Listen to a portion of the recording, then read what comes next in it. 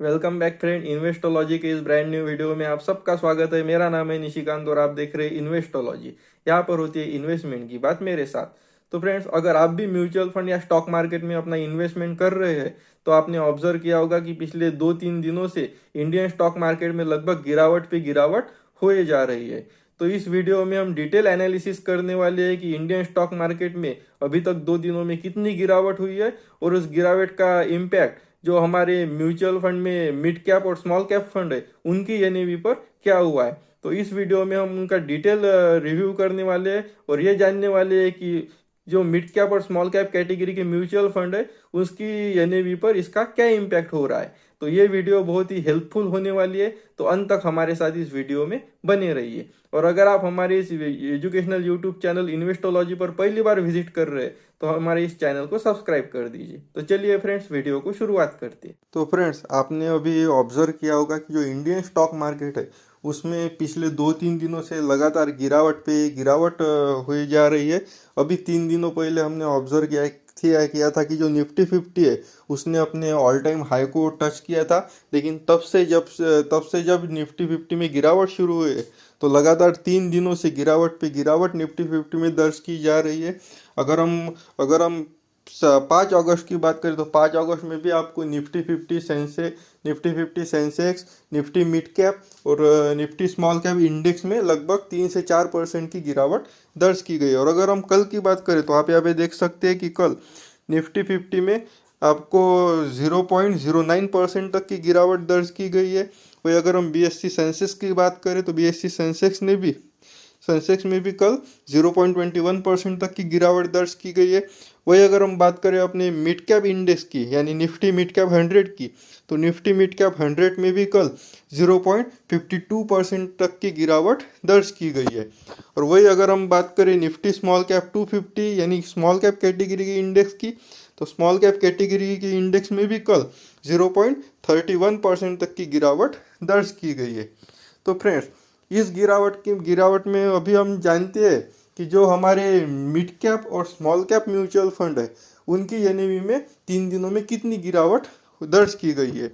तो फ्रेंड्स, सबसे पहले अगर हम बात करें जेएम स्मॉल कैप कैटेगरी के फंड्स की, तो आप यहाँ पे देख सकते हैं कि ये डेटा हमने हमने 5 और 6 तारीख में जो स्मॉल कैप और मिड कैप इंडेक्स में गिरावट हुई है तब से हमने ये डेटा कलेक्ट किया है। तो आप यहाँ पे देख सकते हैं कि जो JM small cap fund direct growth plan है उसके एनएवी में आपको 4.28% तक की गिरावट दर्ज की गई है। वही अगर हम बात करें ITI small cap fund direct growth plan की, तो इसकी एनएवी में भी -0.02% तक की गिरावट दर्ज की गई है।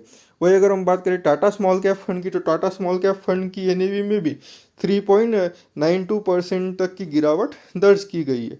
वही अगर हम बात करें LIC small cap fund direct growth plan की, तो एलआईसी के स्मॉल कैप फंड में भी यहाँ पे 3.91% तक की गिरावट दर्ज की गई है। वही अगर हम बात करें आदित्य बिरला सन लाइफ स्मॉल कैप फंड की, तो इस फंड की एनएवी में भी आपको 3.87% तक की गिरावट दर्ज की गई है। वही अगर हम बात करें Mahindra Manulife small cap fund direct growth plan की, तो इसकी एनएवी में भी आपको 3.87% की गिरावट दर्ज की गई है। वही अगर हम बात करें Invesco India small cap fund direct growth plan की, तो इस म्यूचुअल फंड की एनएवी में भी पिछले 2 दिनों में 3.85% तक की गिरावट दर्ज की गई है। वही हम बात करें Franklin India smaller company small cap fund की, तो इसकी एनएवी में भी पिछले 2 दिनों में 3.84% तक की गिरावट दर्ज की गई है। वही अगर हम बात करें यूनियन स्मॉल कैप फंड की, तो यूनियन स्मॉल कैप फंड की एनएवी में भी आपको 3.75% तक की गिरावट दर्ज की गई है। अगर हम बात करें Kotak small cap fund direct growth plan की, तो आप यहाँ पे देख सकते हैं कोटक स्मॉल कैप फंड की एनएवी में भी आपको पिछले 2 दिनों में 45% तक की गिरावट यहाँ पे दर्ज की गई है। वही हम बात करें कोटक स्मॉल कैप फंड पे out of income distribution come capital withdrawal fund की, तो इस फंड में भी आपको 3.45% तक की गिरावट यहाँ पे दर्ज की गई है। वही अगर हम बात करें सुंदरम स्मॉल कैप फंड की, तो सुंदरम स्मॉल कैप फंड की एनएवी में भी आपको 3.35% तक की गिरावट दर्ज की गई है। वही अगर हम बात करें Canara Robeco small cap fund की, तो Canara Robeco small cap fund में भी यहाँ पर आपको 3.32% तक की गिरावट यहाँ पे दर्ज की गई है। वही अगर हम बात करें ICICI Prudential small cap fund, तो ICICI Prudential small cap fund भी यहाँ पे 3.30% इसकी एनएवी में गिरावट दर्ज की गई है। वही हम बात करें एसबीआई स्मॉल कैप फंड की, तो एसबीआई स्मॉल कैप फंड की एनएवी में भी पिछले 2 दिनों में 3.22% तक की गिरावट दर्ज की गई है। वही अगर हम बात करें क्वांट स्मॉल कैप फंड की, तो क्वांट स्मॉल कैप फंड की एनएवी में भी पिछले 2 दिनों में 3.13% की गिरावट यहाँ पे दर्ज की गई है। वही अगर हम बात करें Motilal Oswal small cap fund की, तो Motilal Oswal small cap fund में भी यहाँ पे 2.94% की गिरावट यहाँ पे दर्ज की गई है। वही अगर हम बात करें बंधन स्मॉल कैप फंड की, तो बंधन स्मॉल कैप फंड की एनएवी में भी पिछले 2 दिनों में 2.93% की गिरावट यहाँ पे दर्ज की गई है। वही अगर हम बात करें quantum small cap fund direct growth plan की, तो क्वांटम स्मॉल कैप फंड में भी यहाँ पर आपको 2.87% तक की गिरावट यहाँ पे दर्ज की गई है। और अगर हम बात करें HDFC small cap fund direct growth plan की, तो एचडीएफसी स्मॉल कैप फंड की एनएवी में भी पिछले 2 दिनों में 3.17% की गिरावट यहाँ पे दर्ज की गई है। वही अगर हम बात करें एचएसबीसी स्मॉल कैप फंड की, तो आप यहाँ पे देख सकते हैं कि एचएसबीसी स्मॉल कैप फंड की एनएवी में भी पिछले 2 दिनों में 3.69% तक की गिरावट यहाँ पे दर्ज की गई है। वही अगर हम बात करें Baroda BNP परिवास small cap fund की, तो इसमें भी 3.66% तक की गिरावट दर्ज की गई है। वही अगर हम बात करें ईडलवाइज स्मॉल कैप फंड की, तो ईडलवाइज स्मॉल कैप फंड की एनएवी में भी पिछले 2 दिनों में 3.66% की गिरावट यहाँ पे दर्ज की गई है। वही अगर हम बात करें डीएसपी स्मॉल कैप फंड की, तो डीएसपी स्मॉल कैप फंड में भी पिछले 2 दिनों में 3.65% की गिरावट दर्ज की गई है। वही अगर हम बात करें Nippon India small cap fund की, तो Nippon India small cap fund की एनएवी में भी पिछले 2 दिनों में 3.60% की गिरावट यहाँ पे दर्ज की गई है। वही अगर हम बात करें bank of India small cap fund की, तो bank of India small cap fund की एनएवी में भी पिछले 2 दिनों में 3.57% की गिरावट दर्ज की गई है। वही अगर हम बात करें एक्सिस स्मॉल कैप फंड की, तो एक्सिस स्मॉल कैप फंड की एनएवी में भी पिछले 2 दिनों में 3.51% की इसकी एनएवी में गिरावट आई है। वही अगर हम बात करें PGI India small cap fund की, तो PGI India small cap fund की एनएवी में भी पिछले 2 दिनों में 3.48% की गिरावट यहाँ पे दर्ज की गई है। तो फ्रेंड्स, ये तो हो गया हमारे स्मॉल कैप म्यूचुअल फंड्स का डेटा। अगर हम बात करें हमारे मिड कैप फंड की, तो अगर हम बात करें मिड कैप कैटेगरी के फंड की, तो आप यहाँ पे देख सकते हैं जो एचएसबीसी मिड कैप फंड है, इसकी एनएवी में पिछले 2 दिनों में 3.83% इसके एनएवी में गिरावट आई है। तो अगर हम बात करें हम बंधन मिड कैप फंड की, तो बंधन मिड कैप फंड में की एनएवी में भी पिछले 2 दिनों में 3.68% की गिरावट आई है। वही अगर हम बात करें यूनियन मिड कैप फंड की, तो यूनियन मिड कैप फंड पिछले 2 दिनों में 3.54% इसकी एनएवी में गिरावट आई है। वही अगर हम बात करें Taurus mid cap fund direct growth plan की, तो टोरस मिड कैप फंड की पिछले 2 दिनों में इसकी एनएवी में 3.52% की गिरावट यहाँ पे नजर आई है। वही अगर हम बात करें डीएसपी मिड कैप फंड की, तो डीएसपी मिड कैप फंड की एनएवी में भी पिछले 2 दिनों में 3.48% की गिरावट आई है। वही अगर हम बात करें कोटक इमर्जिंग इक्विटी स्कीम की, तो कोटक इमर्जिंग इक्विटी स्कीम में भी पिछले 2 दिनों में 3.44% की गिरावट दर्ज की गई है। वही अगर हम बात करें ITI mid cap fund direct growth plan की, तो आईटीआई मिड कैप फंड इसमें भी इसकी एनएवी में भी 3.43% की गिरावट दर्ज की गई है। वही अगर हम बात करें Canara Robeco mid cap fund की, तो इस फंड की एनएवी में भी पिछले 2 दिनों में 3.40% की गिरावट आई है।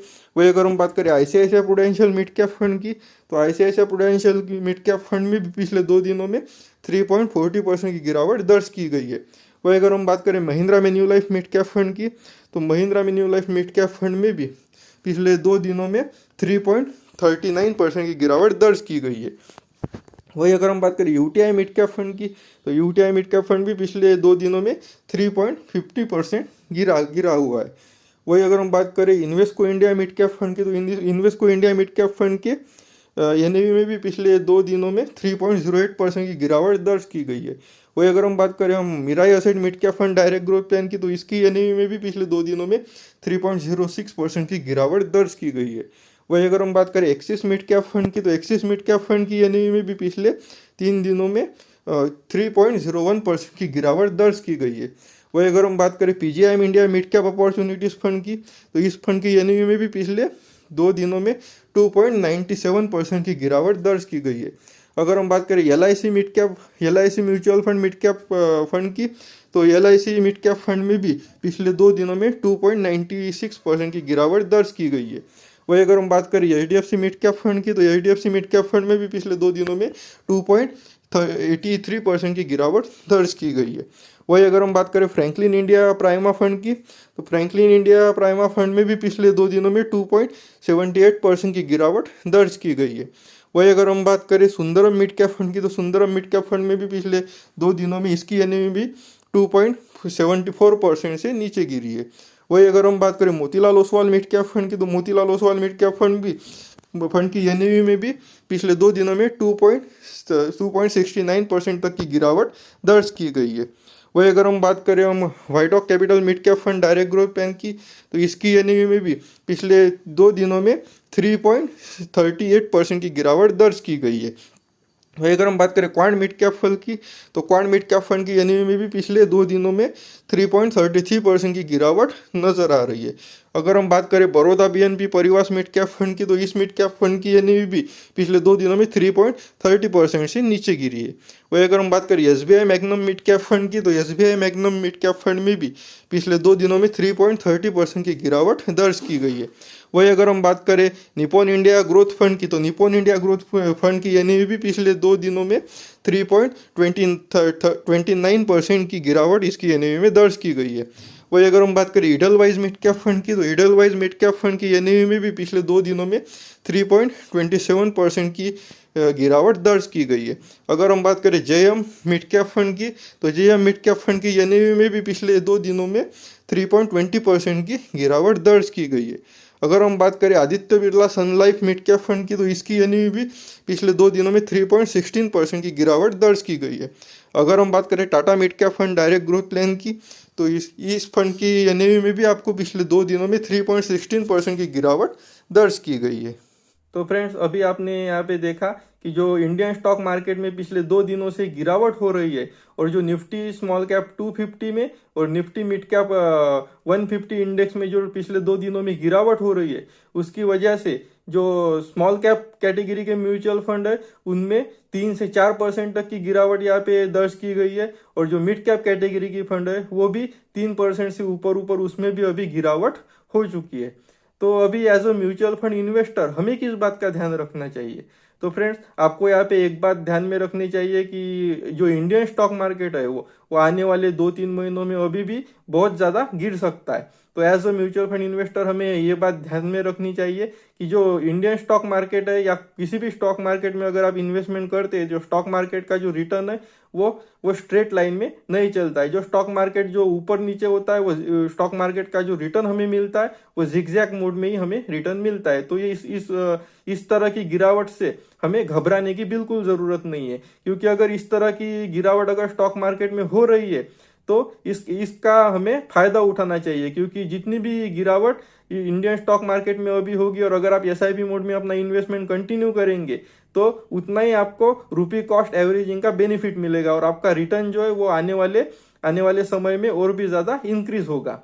तो आपको as a mutual fund investor ये बात ध्यान में रखनी चाहिए कि अगर आप SIP मोड में अपना इन्वेस्टमेंट कर रहे हैं तो कंटिन्यू अपनी SIP करते रहिए, और अगर आपको इस समय में अगर आप म्यूचुअल फंड में मिड कैप और स्मॉल कैप फंड में लमसम करने की सोच रहे हैं तो आप ये बात ध्यान में रखिए कि इस समय में लगातार अगर आपके पास बहुत बड़ा पैसा है तो एक बार में अपना लमसम इंडियन स्टॉक मार्केट में फिलहाल ना करें। जब भी म्यूचुअल फंड इस मिड कैप और स्मॉल कैप इंडेक्स में 5% से ऊपर गिरावट हो तो आप अपना इन्वेस्टमेंट उसमें थोड़ा थोड़ा इन्वेस्ट करके कर सकते हैं।